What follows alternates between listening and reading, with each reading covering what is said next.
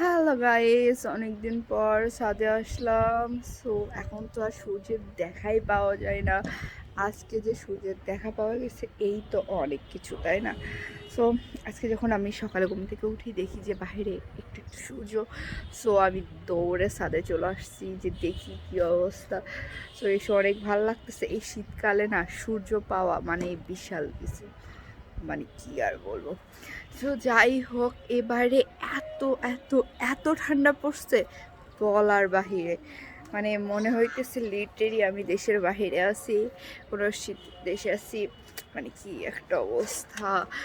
আর আমাদের তো হোম ডিস্ট্রিক্টে আরও শীত, দেখা যাচ্ছে আমাদের উত্তরবঙ্গে প্রচণ্ড শীত। এবার তো জাস্ট রেকর্ড করে ফেলছে নওগাঁ জেলা। সো কি অবস্থা সবার, মানে আই নো অনেক শীত। সো এই শীতে অনেকে শীতের পিঠা খাইতেছে, ও দেখে তো আমার শীতের পিঠা খেতে ইচ্ছা করতেছে। বাট আনফর্চুনেটলি আমি অনেক পিঠা বানাতে পারি না, বা আমার পারফেক্ট হয় না। আর পারফেক্ট না হলে আমার ভালো লাগে না। আর দেখা যাচ্ছে যে আমার মামুনিও আসতে পারতেছে না, সো আমার পিঠে খাওয়া হতেছে না। সো এগুলো ভাবলে না আমি অনেক ডিপ্রেসড হয়ে যাচ্ছি যে কখন শীতের পিঠা খাবো সবাই মিলে। আগে দেখা যাইতো যে মানে এই ডিসেম্বরের লাস্টের দিকে, যদিও এখনও জানুয়ারি পড়ে গেছে, বাট দেখা যেত যে ছুটিতে নানি বাসে যাওয়া হইতো। আর নানি বাসে গেলে শীতের পিঠা খাওয়া হইতো, ভেজানো পিঠা বা মানে কি কি অনেক নাম। তো যাই হোক, অনেকগুলোর নামও জানি না, বাট আমার শুধু খেতেই ভালো লাগে পিঠাগুলো। তো ওগুলো সব মিস করতেছি।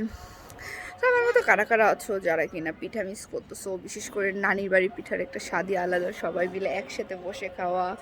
তো এইটার না ফিলিংস আলাদা। সো যারা এই ধরনের দেখা যায় যে